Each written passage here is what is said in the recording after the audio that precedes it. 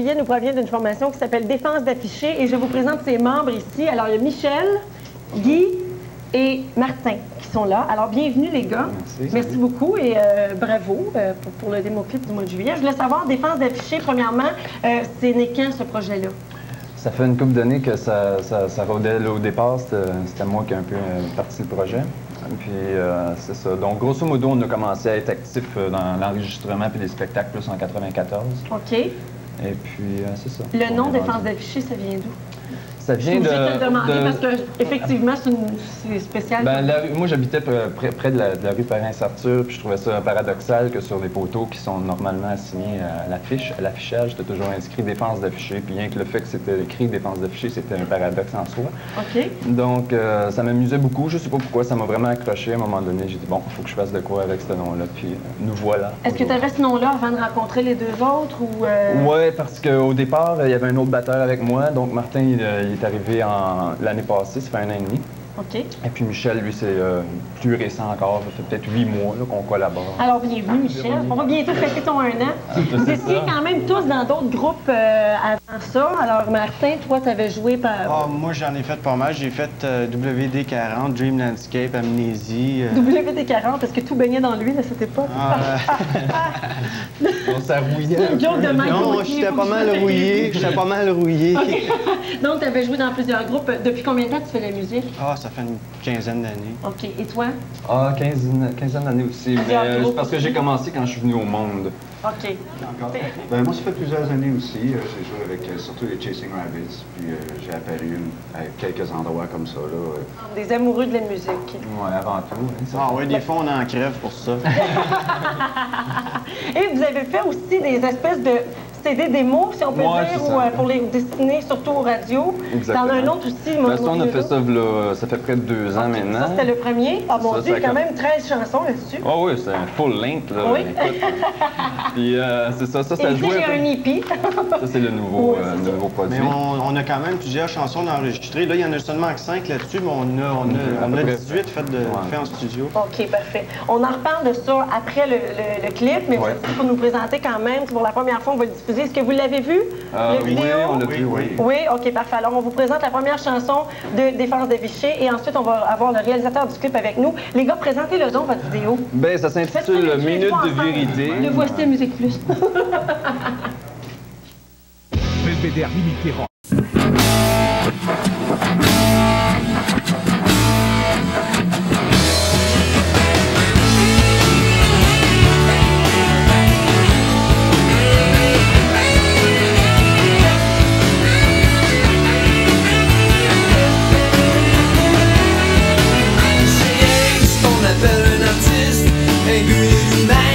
Capable de suffire à ses besoins matériels, un visionnaire au chômage, un émotif décousu, un vagabond qui a la parole facile, un oiseau multicolore, observateur de la vie, égocentrique, égoïste, énigmatique, simple rêveur délirant, miroir de la société, bénévole au ministère de la complainte de chien, le messager du destin, intercepté en plein vol, persécuté, lui-même emprisonné sans caution, isolé par la critique et par la hiérarchie, les étiquettes de l'école, passe-moi un oiseau multicolore ou amuseur public, écologiste, humaniste et historique, missionnaire, kamikaze ou rebelle costumé, simple poète engagé, puis mise à Théo, yeah.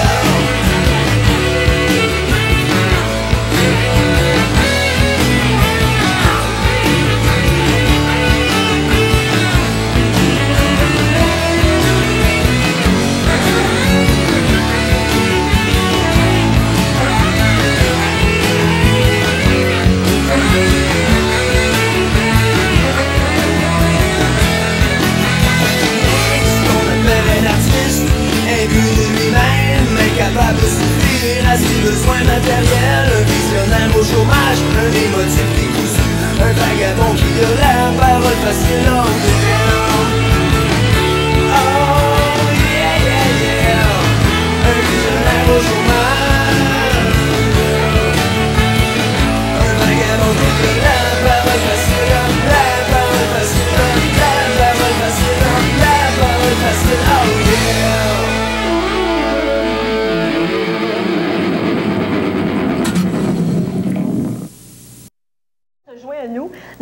Richer, qui est le réalisateur du vidéo. Bonjour, Daniel. Salut, ça va bien? Oui, ça va bien. Écoute, je te plains un peu parce que toi, monsieur, c'est son premier clip qu'il réalise et on lui donne cette bande de joyeux lurons à diriger. Comment ça s'est passé? Bon, ça s'est bien fait dans le départ. On a rencontré moi et mon assistant réalisateur, Yves Labosse, Guy. On s'était assis ensemble, on a planifié justement un scénario. On s'est attendu sur certaines affaires.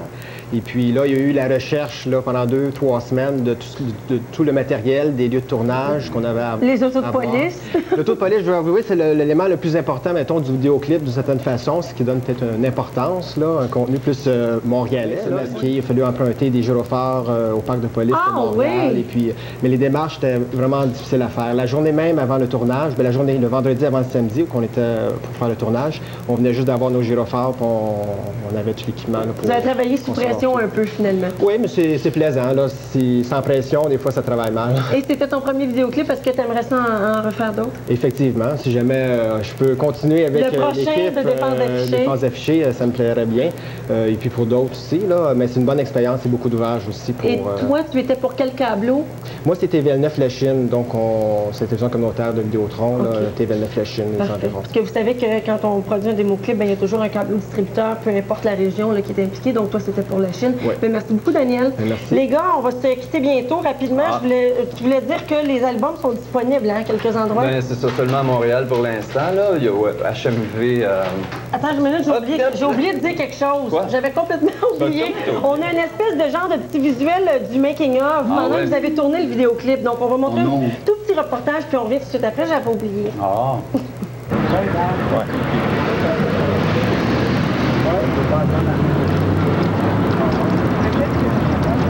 Minute de vérité.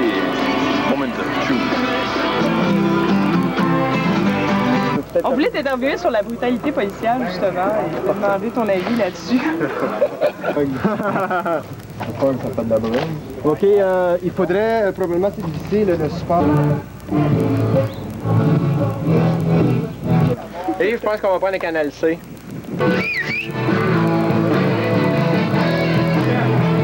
Pas mal,